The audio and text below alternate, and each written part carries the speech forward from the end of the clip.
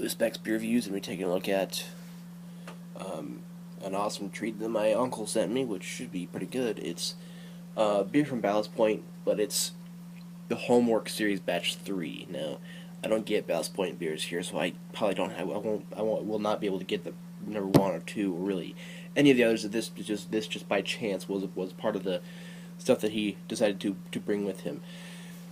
Beer Advocate doesn't have a page for it, but Rate Beer does, and there's only 7 ratings. So let's. This is a English style India Pale Ale limited edition series celebrating the homebrew tradition. It says homebrew mart. Ballast Point beers have been really good, and I've tried a good few of them, and I really liked them. So, and this is 6.5 alcohol by volume. Literally every beer that I've had from them has been around an A. Probably the lowest one would be like a B plus. It's like the very lowest. And if among a lot of your beers, your lowest beer is a B plus, you're doing really good. And hopefully this beer will. Beers have made me feel better in my sickness before, so hopefully this one will. This is a big bomber bottle, so we'll see. I didn't see any smoke, but there's some bubbles on the top, as you can see there. And I am getting some esters or some aromas of not quite American style hoppiness. There's some hoppiness there, so I'm gonna tilt the glass to pour this English style IPA. Alright, that looks beautiful. I mean, really, how could you not think of that as beautiful? It had like a cascading or roiling kind of characteristic, and that gives me like a 2.5 finger spongy, light caramel colored head. And the body is really hazy. It's just like, well, it's not really hazy. It's mostly, oh wow, yep, that's really hazy. Like I thought for a time, I thought that was all bubbles, but it's mostly chunks and like a third bubbles. I don't know that you will be able to see. Oh yeah, there you go. See all this little floating stuff? See it? That's chunks floating around. That's awesome. I love that. If you're somebody like Greg, who does his Greg beer reviews, you don't like these sediment, but I do. So yeah, it's a very orangish brown color, almost like a rust color. In the camera, it looks brown, but through the light, it's like a brownish rust color, orangish rust color, and it is, like I said, very hazy. You can see all the chunks and particles, and also some bubbles. And I would assume that once I get down to the bottom here, that I'm gonna have some sediment to swish around and get out from being caked on the bottom. That is really nice smell. It's just like, and my head is clogged up. So maybe I'm sure that there's probably more there than what I'm getting. That is okay. I guess it's just like there's a really nice citrusy and floral, mostly floral hop profile, and it's subtle and it's nice. It's not like a American style IPA where it's giving you a hot bomb and it's like hops punching you in the face. So it just, there's some probably malt and some light bread aromas there too. So let's go ahead and try this beer.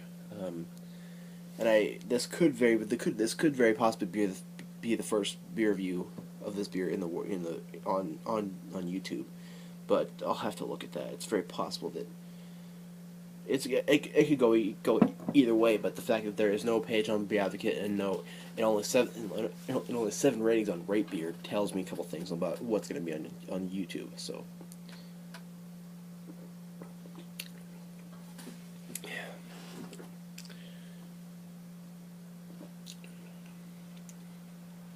wow,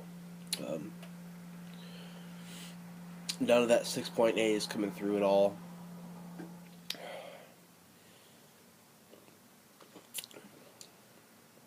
Wow, it's citrusy citrusy and floral hops. It's like it's kind of flowery and herbal. Those hops are.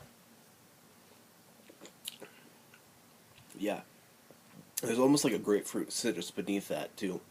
It's just like a really nice hop profile, and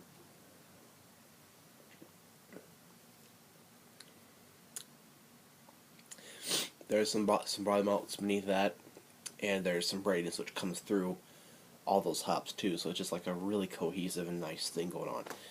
And I guess this is the first English style IPA I've had, because I haven't had any actual English IPAs, but the English started the whole IPA thing, and then we took it and we made it our own thing. So basically, a American style IPA and an English style IPA are basically two different styles now. Because us Americans, when we make IPAs, we want to just punch in the face for all the hopheads.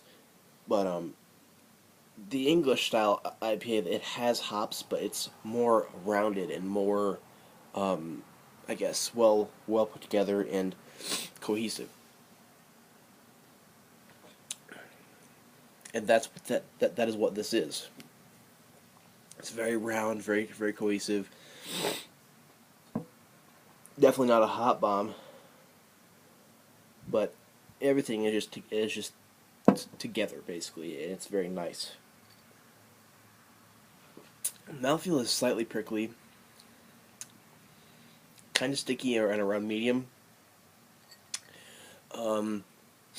Very drinkable, very refreshing, and I guess this kind of does give me an idea of what the difference between English and American IPAs are. Now, hopefully at some point I'll get to try like the Green King stuff and some actual authentic English IPAs at some point in my life. But this is talking about all the style stuff is another matter.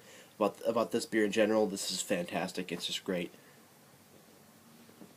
It's just very enjoyable. Like sometimes I mean, I personally am a hophead, and sometimes I do want a hophead which will punch you in the face with hops. Other times I want something. I wouldn't call this mellow because it does have some really bold flavors, but it's just really cohesive, which makes all those bold flavors, not as punch in the face kind of thing. And this is like something to drink while you're, just chilling or whatever. It's nice. This is definitely a beer. I don't know about the English style, so I won't give it an A+, and I'll recognize that there are possible other English style IPAs or authentic English IPAs which could be better than this. But if you see this beer, I assume that this is very specialized to San Diego, or exactly close to where Ballast brews their stuff. I would guess that. So if you see this, and I guess I would think any homework series or batches that they have, pick it up. I mean, I don't know how much it costs because my uncle got it for me. He drove here to Nebraska with some beers from my grandpa and I. So this is great. So if you see this, try it. It's definitely worth your money and your time and your palate.